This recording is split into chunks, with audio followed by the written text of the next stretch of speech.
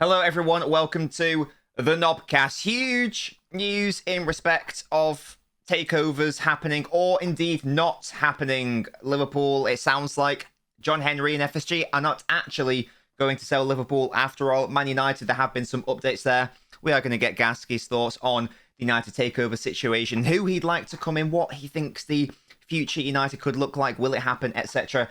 etc. We'll also be rounding up the most recent action from the Premier League. Graham Potter and Chelsea, should they stick with Potter, or has it already come to an end? There wasn't even a honeymoon period. Is it now time just for the divorce situation? West Ham, why are they so bad? And are they going to get relegated? They are literally behind Bournemouth as it stands. And huge potential turning points in the title race with Arsenal potentially fortuitous against Aston Villa. Conversely, City potentially unfortunate against Forest. We'll be talking about that. And obviously, United's big defeat of Leicester. Are they in a title race? No, they aren't. But we will talk about United at length later on. Mini games, etc., etc. Gaskey, hello. How you doing? Hello. I'm good, thank you. How are you? Wonderful. I'm doing great because I'm with you, talking to you. How do you feel about that? Oh, flatter me. There we go. Right. Without further ado, Gaskey, shall we just get... Let's crack on. Stuck in like that.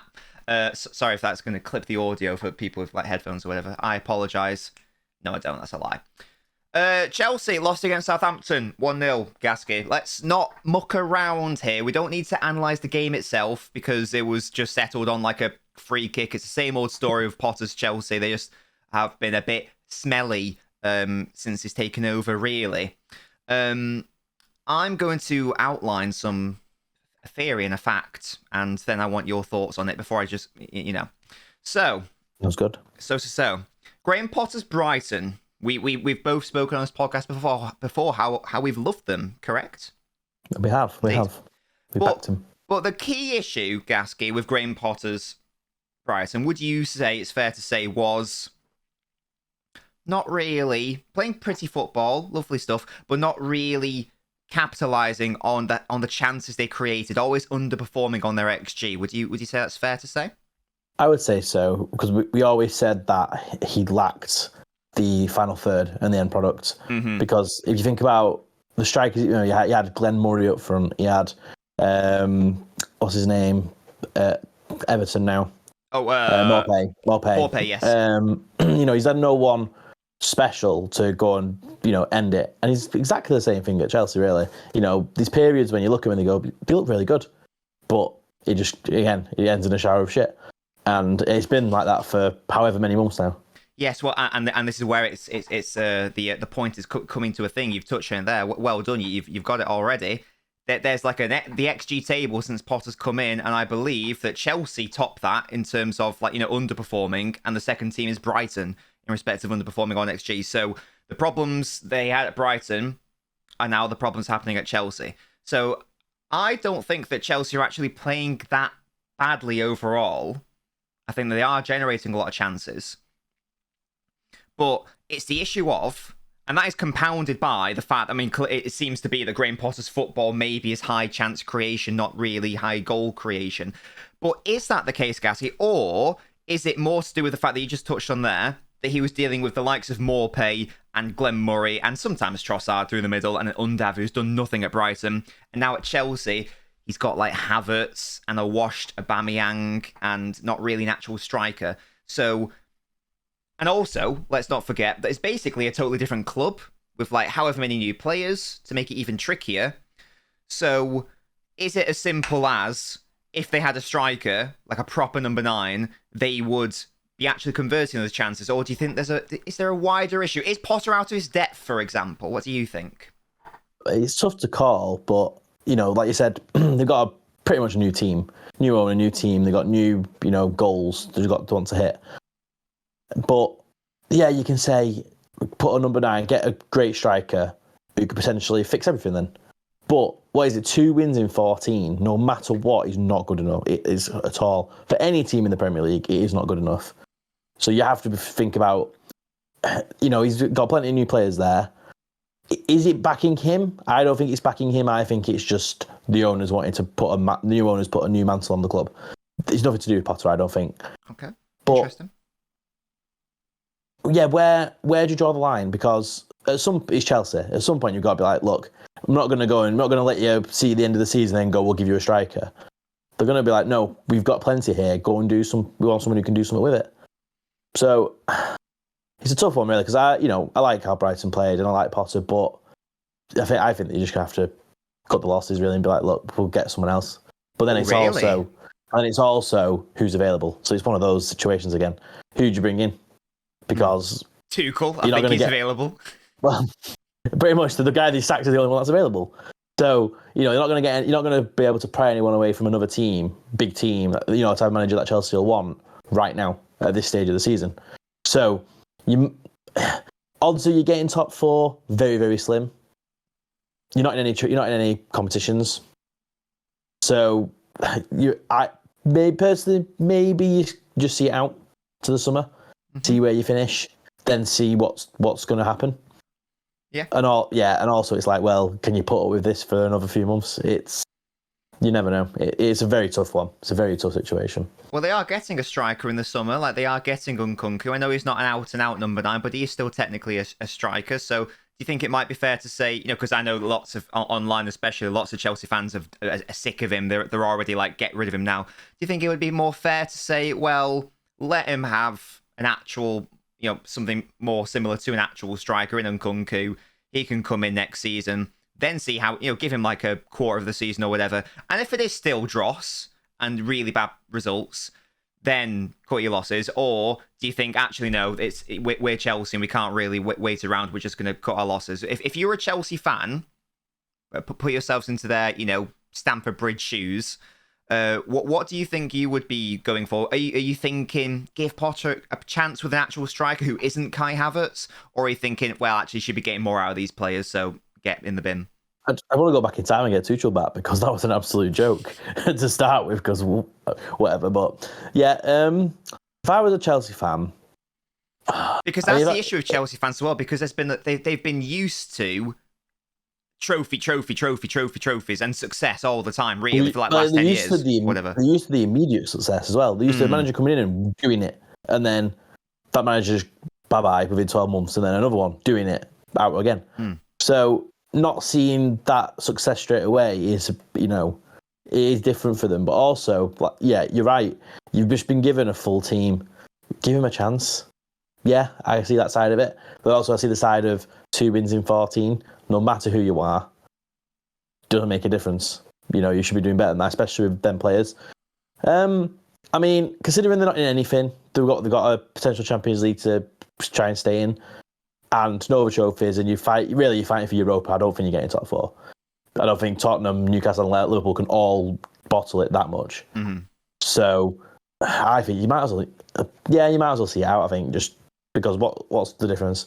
Well, they start playing well for a couple of months, and then you get nowhere, then you get nothing out of it. So yeah, I think potentially see it out, then see what happens in the summer. Because what could easily happen in the summer is he sees it out, they sack him in the summer, because then they can go and talk to other clubs for managers. So God knows. I'm just trying to think like potential managers. If Chelsea fans did want him sacked, like Zidane's been thrown around, but I don't think he's got any inclination to want to come manage in England. Pochettino, but would Chelsea fans want to form, him? I don't know. Who else is even available? That's always the big issue with these situations. Ole Gunnar Solskjaer. Hey, he got second place. True. But yeah, so that's the Chelsea situation.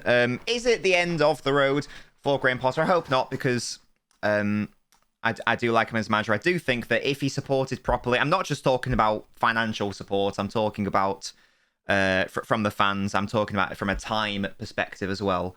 I do think they can and will come good. We've seen these. Yeah, I think the biggest, since with what he's done at Arsenal, I think we're always going to come back to what Arteta's done. You back them properly.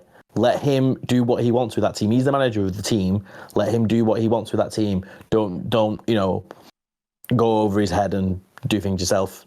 We've seen it at plenty of clubs. It doesn't work. Whereas Arteta has been allowed to completely strip down the squad, and they're top of the league. So just that is going to be the example for years. Let them do that.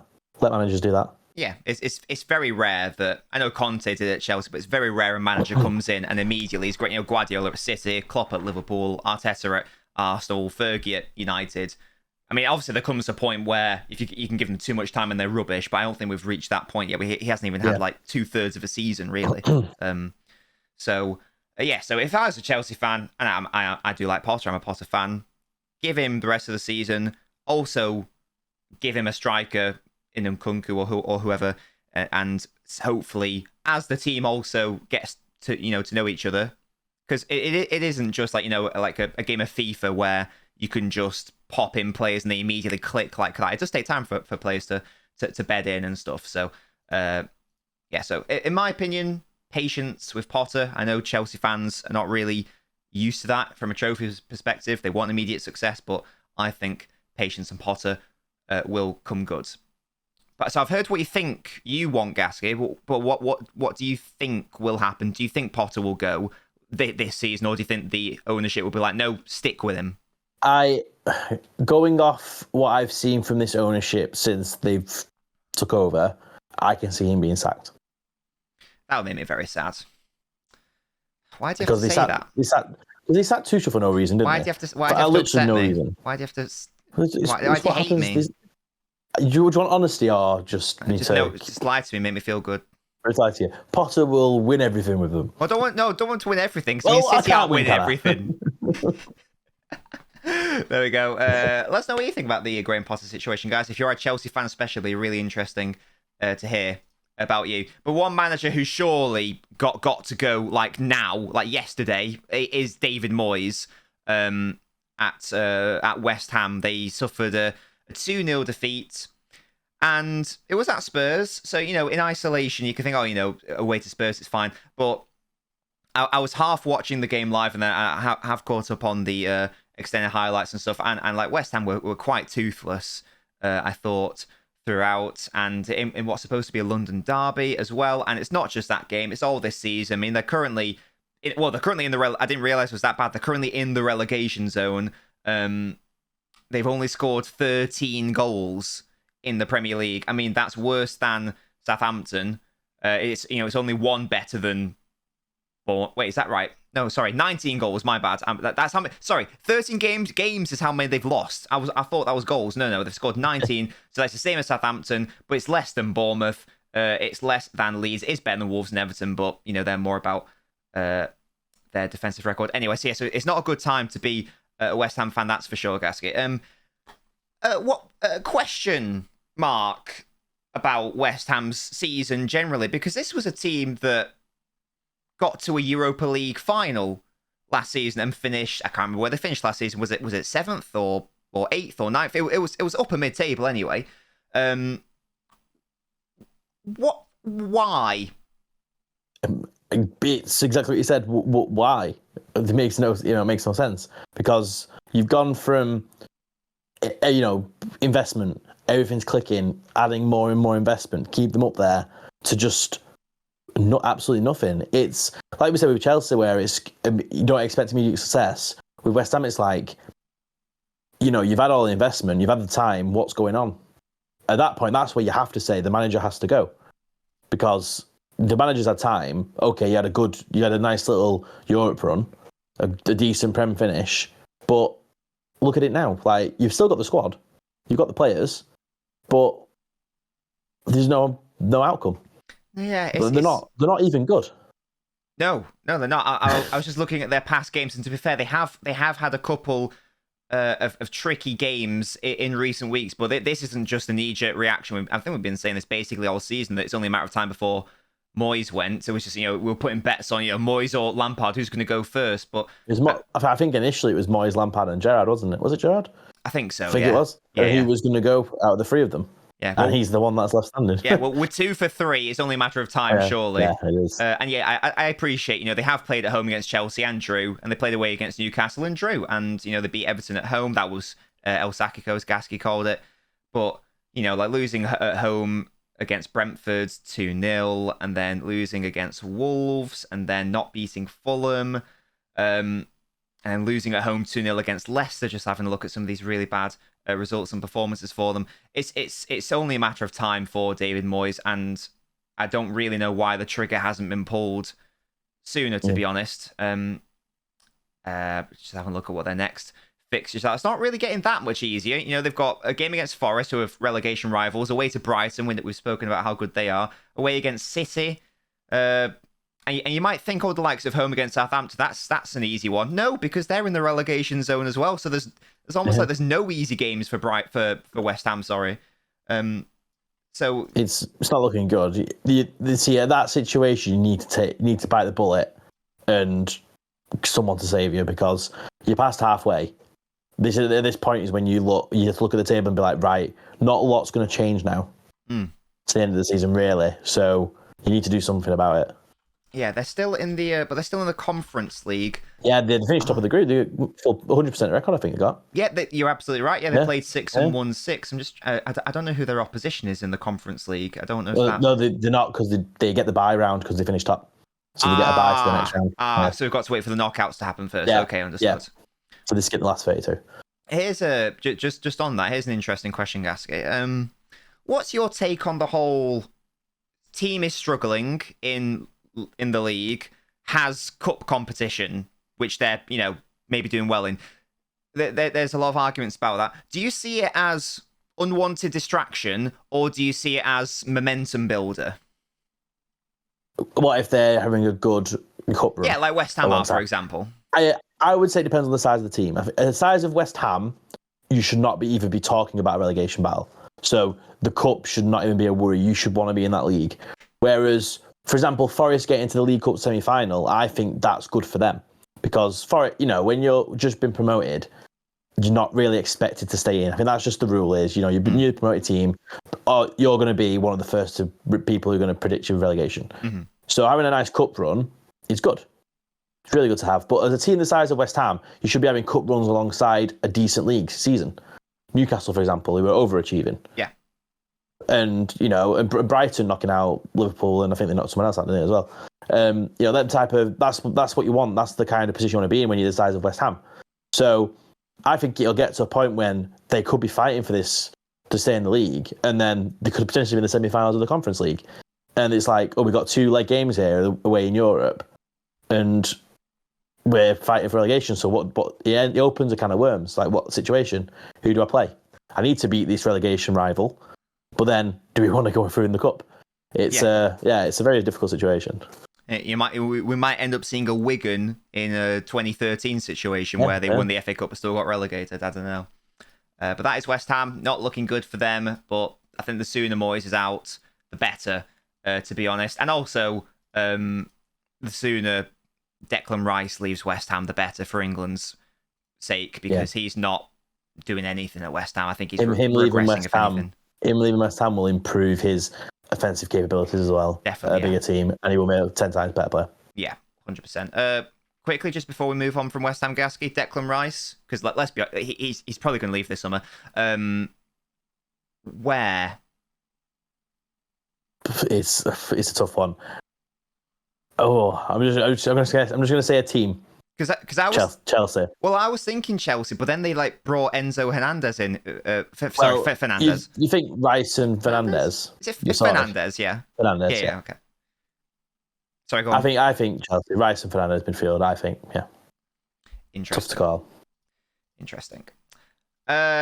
Another interesting result. We'll talk about these at the same time. Arsenal beating Aston Villa and City dropping points in the title race. Only a week after City putting such a really good performance against Arsenal, beating them at the Emirates. So the gap has widened to 5 points.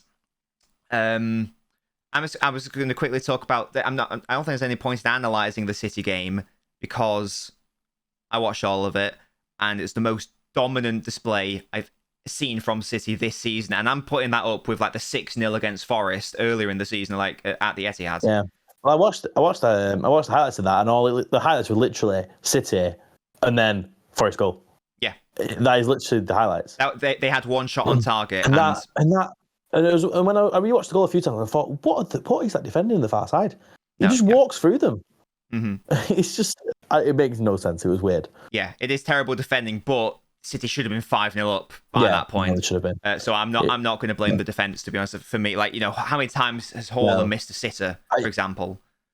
I've never seen a player who can score so many goals and miss so many sitters as well. Like he could easily be at 40 goals this season if you were to all of his goals that were above 0.7 expected goals, which he's probably got. However many of them he's missed, probably easily 5 to 6.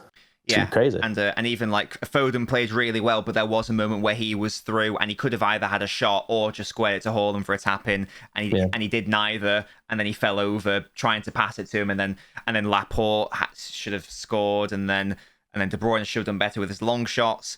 Yes, Forest weren't exceptional. It was just City were just bad in the finishing, but I thought the display and the performance was really good from City, and to be honest, I'm convinced that if City played like that from now until the end of the season, I think they win the title because it was really good. Yeah. It was just you could simulate that game like another 100 times, and like 99 times City win. That was the one time they don't win. Yeah, it is.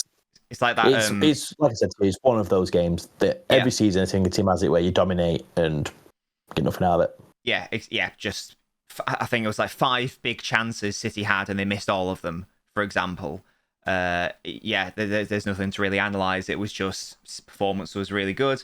Finishing was just bad, and it's one of those days. So as a City fan, it's annoying given the context of the title race, but in isolation, it's not actually too much of an issue. Just more annoying than anything else. And then Arsenal beating Villa 4-2.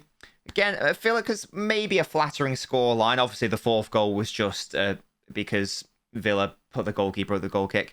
And then the 3rd goal was like a comical own goal by the goalkeeper. I thought maybe 2-2 could have been a fairer reflection of the scoreline, but it's not really relevant. Gaskey, you feel like this could be a sort of huge like mental turning point, given before this game, it was 4 games in all competitions Arsenal had failed to win him. Yeah, it's a tough one because you can look at it from 2 ways. You can look at it as Arsenal coming from behind, mentality to come from behind, the turning point that they need to push on, potentially get the title. Or do you look at it from the point of view that they've gone behind again? They're conceding goals. They've gone behind, they've equalised, but Villa will come back at them. These are the games that you could lose the title in, but they won it, and that's how you can look at it that way. But also, they're going to, the top of the league, they're going to win games. They're going to win games like this. But, they conceded too. They're conceding goals now. There's something that's potentially changed over the last few weeks that they're struggling with. And it's hard to put your finger on.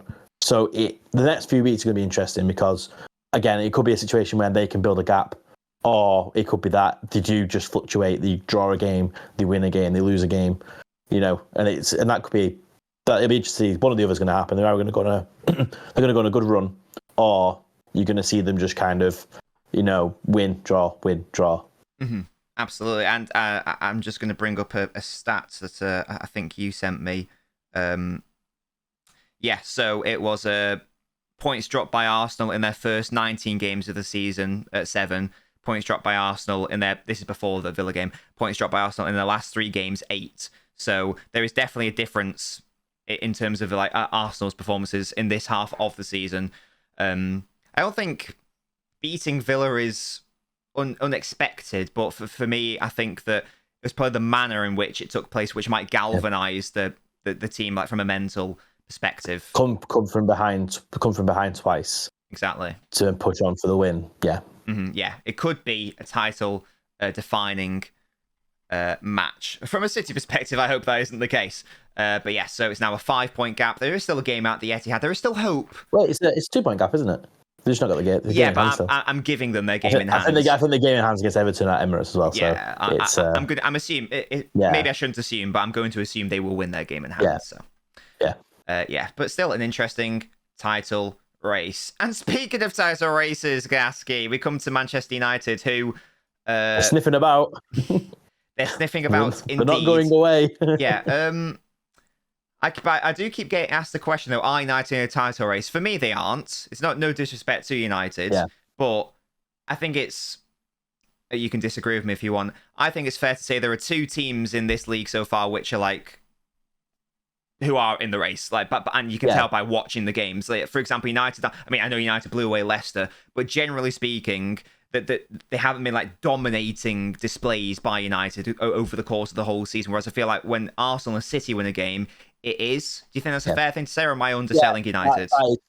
That is fair because I just feel like you got City and Arsenal are the two teams to beat. They're the two that are up there, the title winners. Whereas United just seem to be there's a little gap because I think there's an 8-point gap between them and Tottenham in fourth now. So you pretty much nearly guarantee top four there, but not quite enough to push on for the title race. I mean, they're in every competition still. So many games to play. I just don't think they've got what it takes. You got to catch up to them because they're not going to drop loads of points. But I can see United losing games. Like this game against Leicester is a tale of two halves. The first half, Leicester could have easily been 3-0 up if it weren't for De Gea, really. And second half is how I think Ten Hag wants them to play because they destroyed them. They absolutely dominated them in that second half. They couldn't get out of the half. Sancho was cooking. He was incredible. And Rashford just can't be stopped at the moment, And these pieces that are coming together now, and this is why you give managers time. The pieces are fitting. A few more pieces to potentially fit there, and you got a potential title winning team. But right now, I think let's just keep pushing. Enjoy it. Keep pushing. Yeah, enjoy it. See what happens. You never know. The crazy things have happened in football. Yep. You never know. You could come back in 4 weeks and United are joint with City 3 points behind Arsenal, or above Arsenal and 3 points behind City. You don't know. So we'll have to see what happens. Yeah, I just want to ask a question about Rashford. We talked about him in like his last podcast as well.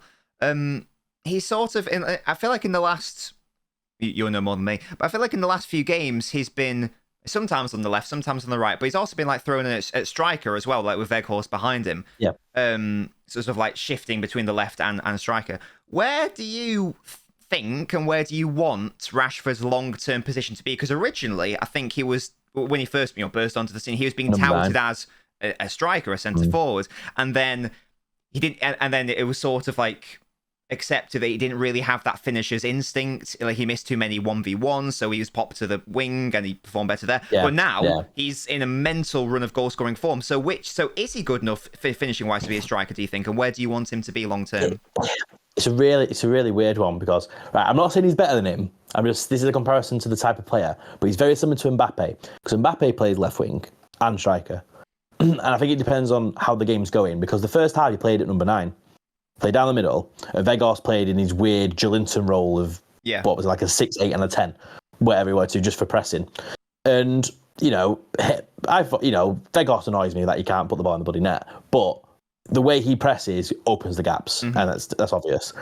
In the first half, it was just didn't kind of work, and you could tell Rashford was getting frustrated. You weren't getting any service whatsoever, apart from the one chance that you're given on a play, and he put it in the goal. Perfect. It's come the second half. Sancho comes on down the middle, Weghorst up top, and Rashford out wide. And Rashford, at left wing, I think is immense. On left wing. And then, I know you're saying like up front potentially, but I think he's better running at defenders from the wing, from the left, with a number 9, a good number 9 up front. I think that's the future for him. I don't think number 9, because he isolates himself, he just stands about. Whereas on the wing, he's much better, I think. So, wing. Yeah, I think left wing. Interesting. And that, guys, is a roundup of this week's matches. It's all here and it's all football, all the time. Guess the footballer in 60 seconds. Guess the footballer in 60 seconds. I don't know what that was. It's Guess the Footballer in 60 seconds time. Gaskey, how excited are you for that prospect? I'm very excited to guess in your BS, whatever it is, whatever you want to call it. No, it's fine. Would you like to go first, or shall I? You can guess mine first. Okay, right. Let me just make... I always forget which button it is. Okay, that's the button. Excellent stuff. Right, so let me know when you're ready for me to guess. I'm excited. Right, let's go with him. Let's go with this guy first. Okay. Guess the footballer. 60 seconds. Go. Still playing? No. Dead? No. Most known for a top 5 league? Yes. Premier League? Yes. Top Big Six club? Yes. London club. Yes. Chelsea. Yes. Oh, wow. Goalkeeper. No. Defender. No. Midfielder. No. Striker. Yes. Okay. Most played for Chelsea in before the noughties. No. In the noughties. Yes. In the tens. No. Drogba. No. Jimmy Floyd Hasselback. Bank. Yes. Good shout. Look at that shout. I like it. I like Get it. in. I like Huge. it. Huge. Oh, that was good. I was panicking. I was like, oh. Oh, we got there. Well, that's a good one. That's a good one. Good shout. Good shout. I like it. There we go. Wonderful stuff. Right, I've got one for you, Gaskey. This is my BS one. No. This isn't guess the version. It's just guess the player. Okay. Oh. Whew. Okay. Guess the footballer. 60 seconds. Go. Are they still playing? Yes. Top 5 league. Yes. Premier League. No. Spanish league. Yes. Are they in a current Champions League spot? No. No. Okay. Are they in the top 10? They are. That's a stupid question. Are they Spanish? Yes, they are. Okay. Are they a goalkeeper? No. Are they a midfielder? Yes. Okay. Do they play for Sevilla? No. Villarreal? No. Valencia? No. I don't know. They are in the midfielder, top Spanish half, midfielder. by the way. They are in the top half of the They table. are in the top half. Okay. Midfielder. Are they at the top of their form? No. Have they always played in Spain? No. Okay. Have they played in the Premier League? Yes. The best known for the Premier League? Yes. Top 16? Yes. Darren Silva. No. You got one final guess. Right. So the best known for that. Right. So they're not at the top of the game. The Spanish midfielder. They play in the Prem. Who was left the Prem? Ander Herrera. Yes. Yes. Well done. I knew he'd gone back to Bilbao. Yeah. Amazing. Well done. Great way you figured that out. Amazing. Oh. Right. Wonderful. Okay. I need to predict. Sorry. I need to guess your next one. Yes. Okay. Right. We're 2 for 2. Come on. Come on, we got this. Right. You ain't getting this though. But... Oh, okay. Guess the footballer. 60 seconds. Go. Are they still playing? Yes. Okay. Are they at the top of their game? No. Okay. They're washed. Yes. Okay. When they're at their, so these questions now when they're at their prime. Top 5 league. Yes. Premier League. Yes. Top 6 club. No. A team currently in the Premier League. Yes. A team currently in the top half of the Premier League table. No. Okay. A team in the relegation zone. No. Oh God. A London club. No. A Midlands club. No. No. A Northwest. No. Stop me. This. A Yes. Northwest club. Yes. God, I'm looking at the Oh, Everton. Yes. Right. Goalkeeper. No. Defender. Yes. Fullback. No. Centre half. Yes. English. Yes. He's on. Ooh. Did play for Everton in the tens. Yes. God. An English centre half who's most known in the tens. I reckon if you think he's retired, you might get him. English. Oh, is it Jagielka? Yes, it is. Oh, yes. Yeah, he plays. Does he play in League Stoke. One nowadays or something? Championship. There we go. Yeah. Oh, that was a good one. I was like, oh God. Thank God I asked English, otherwise I wouldn't have got that flipping deck. That was a tricky one. Well done. Pressure's on now. Got sweaty hands. Okay, Gaskey. Guess the footballer, but you have to guess the specific version of the footballer. Ooh. Understood? I understand. Okay. Guess the version of the footballer. Go. Yeah, are they still playing? No. Okay, did they play in the Premier League? Yes. Okay, did they play for a top 16? Yes. Did they play for a Manchester team? No. Play for a London team? No. Play for Liverpool? Yes. Okay, striker? No. Okay, midfielder? Yes. Gerrard? Yes. Okay, Slippy Gerrard? Yes. Yes! Slippy Gerrard. That was 20 seconds. You got that in. Is that a record? Yeah, that's the quick. And that was a version of a player as well. That was tricky. Well done. Yes, of course. I only had two in my head that I had Slippy Gerrard or Quick Red Card Gerrard. Yeah, that was good. And the slip, just to confirm, the slip was against against Chelsea, and Denver Bar was in on goal and popped it in. Indeed. And City went on to win the league title. Well done. That was a good. I like these version ones. They're good. I'll have to get one now. I'll have to do one for you. But it only works if it's a really obvious footballer. But yeah, there we go. That was Guess the Footballer in 60 seconds. 4 for 4. And they weren't easy ones either. Well done, Gaskey. There were some good ones there. But you know what? Pat on the back. Absolutely smashed it. Every football team will be playing football several times and in various combinations. Before we go on to the main topic, Gaskey, nothing's ground your gears this week, has it? No, I'm in pretty chilled out. Quite a chill mood, yeah. Right. But yes, let's talk about takeovers, shall we? Because, I mean, we didn't even talk about, I just realised we didn't even really talk about the Liverpool-Newcastle game, which was a big game in the top 4 race, but we can talk about it now in the context of Liverpool.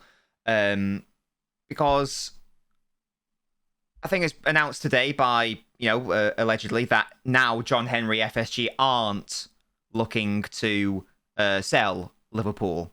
So before we get to United takeover, let's just quickly touch on this. Because I was under the impression that there were many offers and it was interesting. According to now, lots of Liverpool fans dispute this. Don't shoot the messenger. According to the Athletic, no purchaser was actually that interested in buying Liverpool for the quoted price of around £4 billion. Before we talk about the impact of what that may or may not have, do you think, Gaskey, that's in large part because there's another huge club on the market? Yeah, it potentially could be. The one thing we don't know is how much actual revenue these clubs are making and what the clubs are actually worth. Because Glaze is apparently going to try and sell United for $6 billion. And yeah, if Liverpool's $4 billion, are United $2 billion more than them? That's the question. That's what you need to look at it. Whereas, if it is, fair enough. But like you said though, the limited number of applicants, basically, like I think United had this 3 plus 1 that wants to keep the Glazers as owners and invest. There's not many people who have a spare £5 billion in their pocket. No, to buy because football clubs don't really make money, do they? If you think about it, they don't make a lot of money. No, you'd have to sell it for a profit, wouldn't you? No, exactly. Yeah, they don't make. So it's a big investment. So there isn't many out there. And like you said, it potentially could be that Manchester United are available. Mm-hmm. Why I'll buy them over them. Does that make you feel a little bit smug? Because there's a lot of sentiments that who's the bigger club, Liverpool or Man United? Well, yeah, it rigs the argument who's the bigger club. Well, people are willing to buy one over the other. So what does that tell you? Really, you can have that bit of smugness there, I guess. But yeah, I was going to ask, and in terms of how it might or may not impact Liverpool, there's been discontent, obviously, quite rightly, with the Liverpool fan base about how the season's going. They might still get top 4 because there's a good win against Newcastle, who are like currently 5th in the table, so they could still get there, but there has been a question mark over whether Klopp should go, for instance, and a lot of the sentiment was, well, let's keep him because we're going to get taken over by a big, rich man or state or whatever, and he's going to get loads of money for a rebuild, and Klopp's going to have the big chance to do a big rebuild. Now, that could still happen under FSG. It could still happen, but it's less, I think it's fair to say it's less likely to. So, where do you sort of see, let's assume, for argument's sake, that Liverpool don't finish in the top 4, they finish like maybe 6th for argument's sake, and Klopp doesn't get this huge rebuild. Where do you sort of see like Klopp's long-term future? Do you think that he should almost walk because he won't get the chance to do a big rebuild, or do you think he would like stick it out because he doesn't have a good track record of trying to rebuild teams? It normally capitulates and crashes. Well, from what I've read about the quotes, they have said that there is investments coming in. That's what FSG have said. So you could see that as, okay, sorry, Klopp, we don't have the money to bring the players in you want, but we'll get investment down the line. Okay, brilliant, I'll stay then. The investments come in, and they give him what he wants. That could happen. Whereas I feel like if it comes to the summer, there's no investment found, Klopp should just be like, look, I've given you everything, done what I can, I'm getting nothing back now that I need. So you're going to have to start from scratch. I think he should walk in that if it stays as it is, because What couldn't even get you a midfielder. All you could get is Arthur alone who was injured. That's all you've been given. Mm-hmm. You need with two 30, what you've got 35+ year olds as your main midfielders, and then Thiago's not exactly young, is he? So you're not getting the investment he really needs. Like he's been there 7 years now, 8 years, yeah, with Klopp, and he built a team, won everything with it, and now he needs to do it again. Every team needs to have constant rebuilds. That's how it works. Yeah. And he hasn't been allowed that next rebuild. So really, you give them a chance to get investment in it. If they don't give it you, you walk. That's what I think, anyway. That investment you read about, was there a time scale at all? Like, would it be for this summer, for example? Can you remember? All he said was, "Are we selling the club? No. Is there investments? Yes." That was literally all he said. Right. Because that'll be interesting, I guess. Because yeah. I mean, I'm just thinking about one player who's been heavily linked with Liverpool, Jude Bellingham.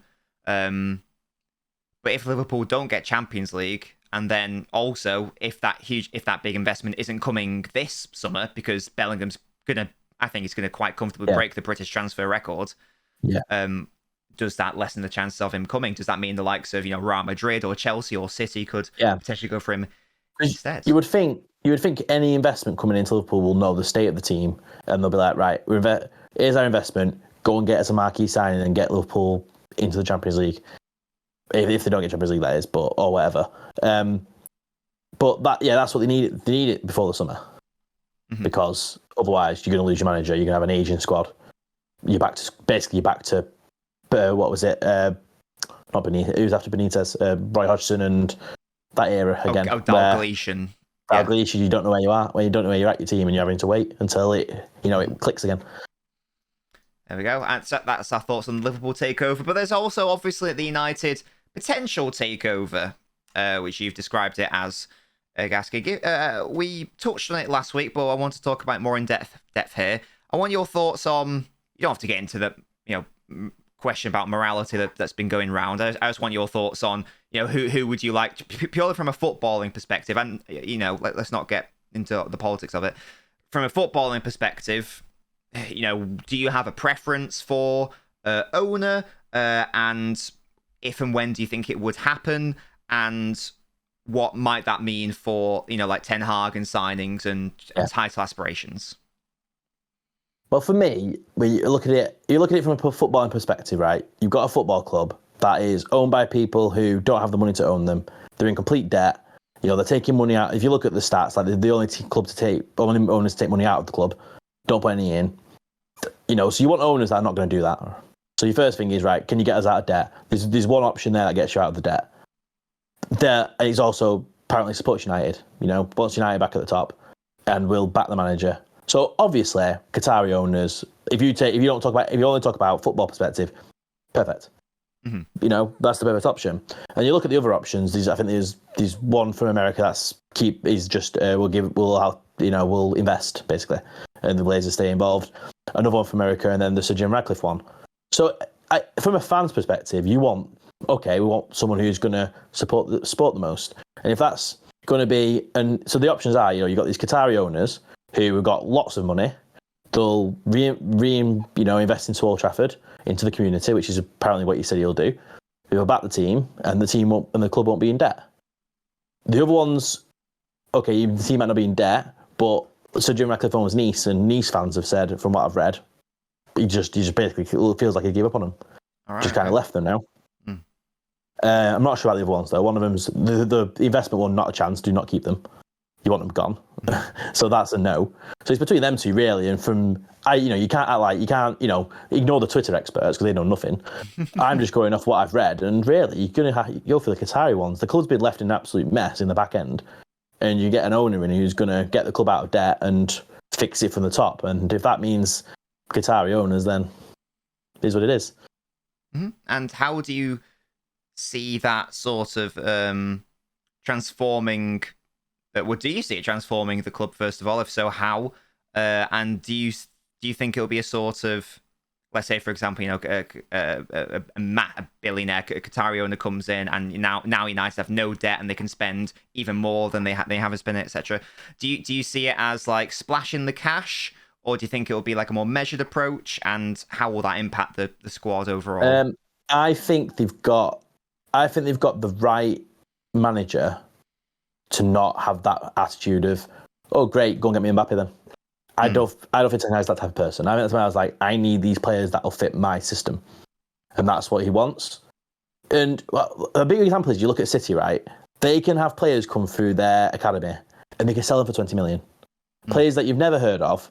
And like the goalkeeper of Southampton, he's not a bad keeper. Never played a game for City, he's selling for 20 million. Whereas United have got these academy players coming through who are not good enough to play for Manchester United. But you feel they haven't got the money to let that player go. So your players like McTominay and Elanga end up playing 50, 60 games for United, even 100. And you're like, how have you played that many games for Man United? Because you're not good enough. It's clear that there's not enough money and investment in the team for you to basically move on and go and play for Newcastle or Brighton or something where you can be an amazing footballer for them. But again, you're being slagged off at United because you're not good enough to play for them. Because again, that comes down to the owners. You know, you're not selling him because you can't replace him for you.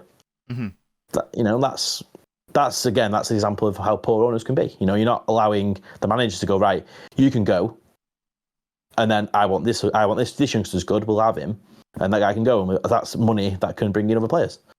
You said then that you don't think there's been enough investment in the team, but no one spent more than United in the last 10 years. So do you mean properly invested? No, I mean properly. I mean in terms of, because from investment, I mean like, you know, being able to let players go as well. That's the big issue with United is you spend it, you bring in players in that the manager wants, fantastic, but you're stuck with this. You're stuck with all these, like Phil Jones is still there, you know, things like that. You know, these players are still sat there at the club. You know, like get rid of them, offload them, let then they won't be spending 100 million on right wingers and stuff like that because you'll be able to have the right players in the squad, and then you'll be able to bring in, you know, it's like what was it last summer with City when they bought Haaland and whatnot? They made profit. Yeah, because of the academy, exactly. Because you've been able to sell players that are not going to play for City because they're not good enough to play for Man City, but are good enough to play in the Premier League. And that's what United should be. That's what the team should be. A big team is being able to bring in the players that are needed right now for the team, still bring through the good youth players or the players that are good enough to play, but then also you're making money from selling players who are good but not good enough. And so my last question for you on this is, because there's sort of two ways this can go, isn't it? It could be biggest club in England owned by, I don't know how rich these people are, but for argument's sake, let's say that it now means that United can spend more than anyone else, you know, in all FFP, etc. So you've got that big combination. Now that could be a terrifying prospect for the rest of the league because in theory it means that if you get the signings right, you're basically unstoppable because there's not really an issue of buying players. But is there? So that's one scenario. Is there any sort of doubt in your mind that it will just be that, or do you maybe look over to like another instance of Qatari state ownership, PSG, where fans are not happy about how their club's being run and the signings they've made are more about like commercial reasons, you know, like getting Mbappe, Messi, Neymar all on the same team. That was just about vibes and rather than actual football. So do you have any doubts about that, or do you think actually no, we're going to get it right, we're going to bring in the right people? There's always that fear. There's always the fear that can happen, you know, because it, like City for example, it took them a few years until they hit the right note. Do you know, they bought players who didn't know they were going to join City. They didn't know there was a team. You know, you had them situations when it was just, why are you buying them? You know, like, in them situations. But City have hit the note now. Newcastle seems to work straight away. We'll see in a few years. So it works more than it doesn't. So I think, okay, it's a worry. What I don't want to happen is I don't want United to get bought. Okay, perfect manager. He can buy who he wants. They can come and win everything, and it becomes like the Bundesliga with Bayern Munich. I don't want to see United win the title every year and walk it. As much as obviously, oh great, I support United and they're winning everything. You don't. You want to see a competitive. It's fun to watch the Premier League and watch how close it all is compared to other leagues. I enjoy that. I enjoy being a neutral more than I'm a United fan. I enjoy watching football. So I don't want to see that, but I do want to see. I want to see where I can see progression in the club that I support. Which over the last decade I haven't. It's just been so up and down. I don't know who's staying or going. Whereas it'd be nice to see, not have to worry about the owners, and not have to hear people moan about the owners, when I can watch football and knowing what United need, knowing that the manager needs it as well, and getting it, rather than not knowing if staying or going. Wait until deadline day to sign Sabitzer just to cover a midfield position. Actually already have it covered where I can, like, for example, for you, it must be so nice to know you've got a team, we need a striker, full well the manager needs a striker as well, and going getting the best striker in the world. Mm-hmm. Because that's what, nice, what your team needs. It's very nice, it's very nice to know what your team needs, and then knowing that the manager knows it as well. And I want to have that feeling again. Yeah. I think that, I don't think the Bayern Munich example would, let's say that does happen, and it wouldn't. It wouldn't. It was just, when you said about, they could just run the show. Yeah. Because I don't think no club at the moment, the size of United, is owned, apart from Real Madrid, really, is owned by such huge, like Middle East, for example. Whereas, Madrid's owned by the Spanish royal family or something. That's probably the only one, isn't it? I don't know, actually, to be fair. Apparently so. Apparently, I don't know. I don't know if that's true or not, but apparently there's some input from them or something to do with Madrid. Maybe, I'm not sure. Something like that. But yeah. But no team at the size of United is owned with billions and billions and billions. So we don't know how the outcome would be. Mm-hmm. Definitely, and if people are worried about that happening, at the end of the day, financial fair play does make it so that clubs can only spend a certain amount with their revenue generation. So it's not going to be United just signing literally everyone, and also you can only have a certain. You can't sign literally everyone. So and they're not going to sit on the bench, are they? So it's it's not like, oh, we'll start Mbappe and then we'll bring on whoever else in the second half. Spend 500 million on a bench. No, they won't. It won't be like that. Exactly. Yeah. So at the end of the day, it's 11 against 11. So it's definitely certainly interesting time. So for United, if you're a United fan, it's got to be. I mean, whoever comes in, it's got to be an improvement over the Glazers. Exactly. That's for sure. But that's Gaskey's take on the United takeover. It is impossible to keep track of all the football, but your best chance is here. Let's just get straight into the preview for next week's matches. In fact, I just want to focus on one, to be honest, and it is the League Cup final. There is also a Champions League taking place, but let's just talk about the League Cup final just to round up the podcast, because big context, Nick Pope very stupidly got red carded against Liverpool. Yeah, I've no idea what was going through his head. He's literally got a League Cup final, like Newcastle's biggest game in like a generation, probably. Yeah. And he decides to get sent off for that. They were already 2-0 down by that point. They were 2-0 down, and Salah's about to go round to make it 3-0, and he grabs the ball from about what was it? It must be like 35, 40 yards. Yeah. So I mean, honestly, at that point, just like not sack it off, but like it's not worth it at that. But you're already losing 2-0. So yes, it's just stupid. And then from a United context, but I think that Bruno Guimaraes has come back from his suspension. No, yeah, he's back for suspension, yeah. And then I think United, bar injuries, everyone's available. Yeah, Casemiro's back, isn't he, as well? Yeah, Casemiro's back after the last game, yeah. Yeah, but the only context for United is that, we talked that's a struggle for Newcastle. They'll have to play Karius. But the potential struggle for United is they play Barcelona on Thursday. In not a meaningless game. It's 2-2 in the first leg, so there's still all to play for. It is at home, so you don't have to worry about the travel, but it's still a very difficult game of football. And we've seen that Ten Hag does not like to rotate, even when after like the Forest first leg where the tie was won. So many first teamers started. So there might be a potential storyline of fatigue, maybe I'm making more of that, I don't know. Fans make that, fans go, they're playing 2 games a week and stuff. Ten Hag hasn't moaned once, and I'll give him that. He hasn't once moaned about, like I think Arteta's voiced, I think what Klopp said, teams that play on Wednesday should not have to play on Saturday, blah, blah, blah, blah, blah. All Ten Hag said is, players love the experience, they want to win trophies, and they'd rather play than train. Fair enough. Mm-hmm. That's all you can say. Yeah. In it. I think less fatigue, I think it's more of if a player gets injured. Because if a player gets injured, you go, why are you playing him? We've got a cup final at the weekend. That kind of attitude comes up. So I think it's going to have to be a pretty strong team to play Thursday, and then Sunday is going to be pretty much similar lineup. So it will be interesting. Yeah. Varane got a rest against Leicester, so that's one. Wait, what was that? Sorry. Varane got a rest against Leicester because Lindelof played. Oh, yeah. So Yeah, and just in terms of the match itself, huge. I mean, it's a huge game for both clubs because it is a League Cup final. But I think it's fair to say it's a much bigger game for Newcastle than it is United, because when was the last time Newcastle won a major trophy? 90.